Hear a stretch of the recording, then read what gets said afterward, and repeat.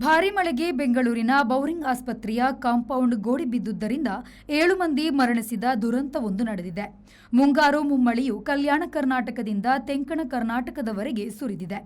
ಬೆಂಗಳೂರಿನಲ್ಲಿ ಆಲಿಕಲ್ಲು ಸಹಿತ ಭಯಂಕರ ಮಳೆ ಸುರಿದಿದೆ. ಆ ಮೂಲಕ ಸಾಕಷ್ಟು ಹಾನಿಯಾಗಿದೆ. ಬೌರಿಂಗ್ ಆಸ್ಪತ್ರೆ ಬ್ರಿಟಿಷರ ಕಾಲದ ಸರ್ಕಾರಿ ಆಸ್ಪತ್ರೆ.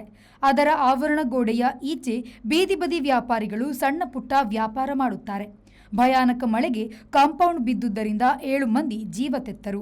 ಫಯಾಜ್, ಅಬ್ದುಲ್, ಲತಾ, ಸಲಾಹುದ್ದೀನ್, ಬಾಲಕಿಯರಾದ ಸ್ಮಿತಾ, ಮುಸ್ತಿರಾ ಮೃತರು. ಇನ್ನೊಬ್ಬರ ಗುರುತು ಪತ್ತೆಯಾಗಿಲ್ಲ.